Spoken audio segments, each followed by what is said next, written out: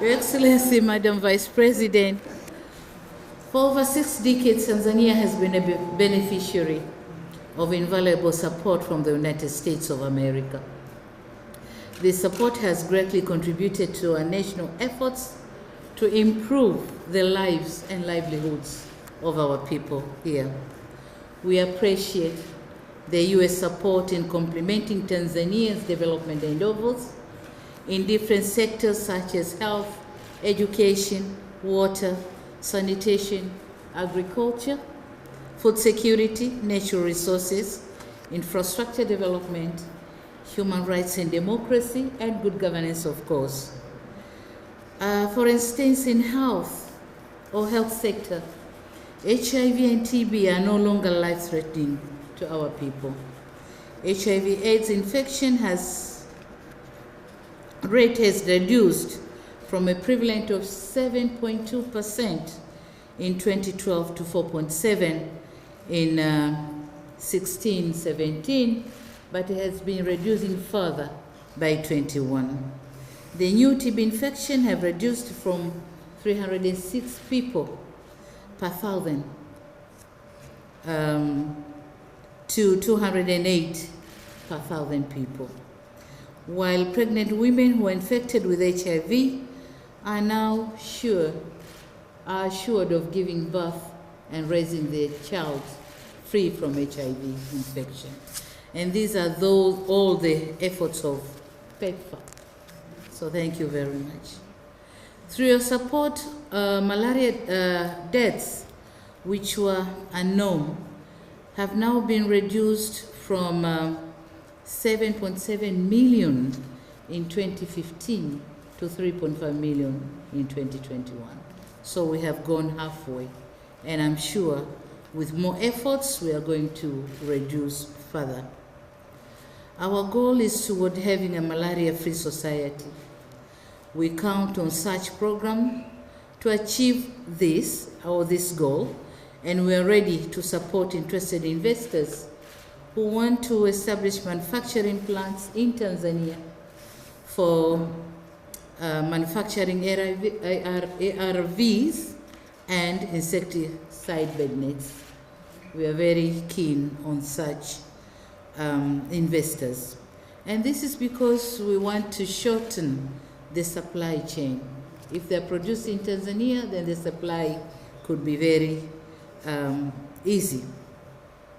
Madam Vice President, as the world is grappling with food insecurity due to drastic climate effects, Tanzania is grateful to the U.S. government for reinstating it to the Feed the Future program, Feed the Future initiative.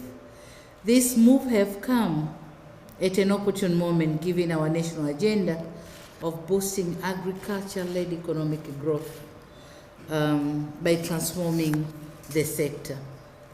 So the government of Tanzania commends the initiative and commitment by the government of the United States of America towards strengthening ocean governance and sustainable utilization of blue economy resources in Tanzania.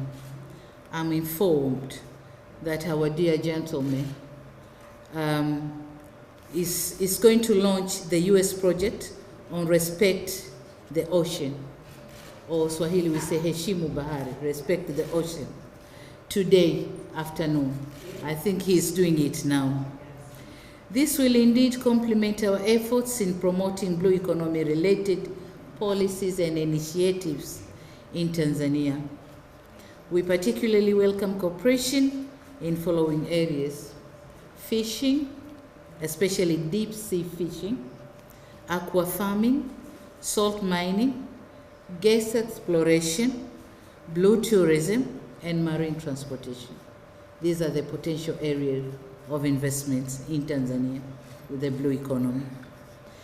Tanzania still enjoys several other assistance interventions from the great people of the United States of America, such as the African Growth and Opportunity Act, AGOA. We request for an early renewal of AGOA because it is only through business the business and trade is growing only through AGOA. And so we are requesting an extension of at least, we are aware that this program is going to terminate in 2025, but the African countries, Tanzania one of them, we are requesting for an extension of at least 10 years so that the investors who are now investing in Tanzania, taking advantage of that market, have to be sure of the availability of the market. So if we go up to 2030, that will be great for us. Thank you so much. Madam Vice President, acceptable democratic space has been a major concern of my government. We have endeavored to build a democratic state that upholds transparency and respect of the rule of law.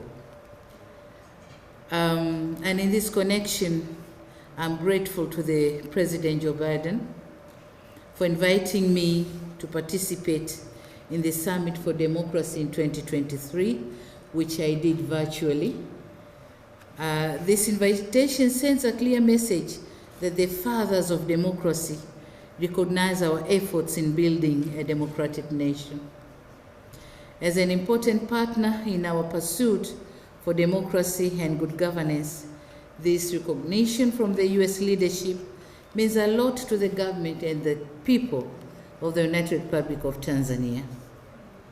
Madam Vice President and members of the press, it is our firm belief that this visit will not only offer an opportunity for our country to strengthen the existing relation, but also will provide a platform to explore new areas of cooperation.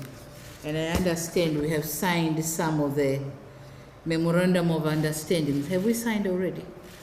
Yes, some of the memorandum of understanding, and these include port cooperation.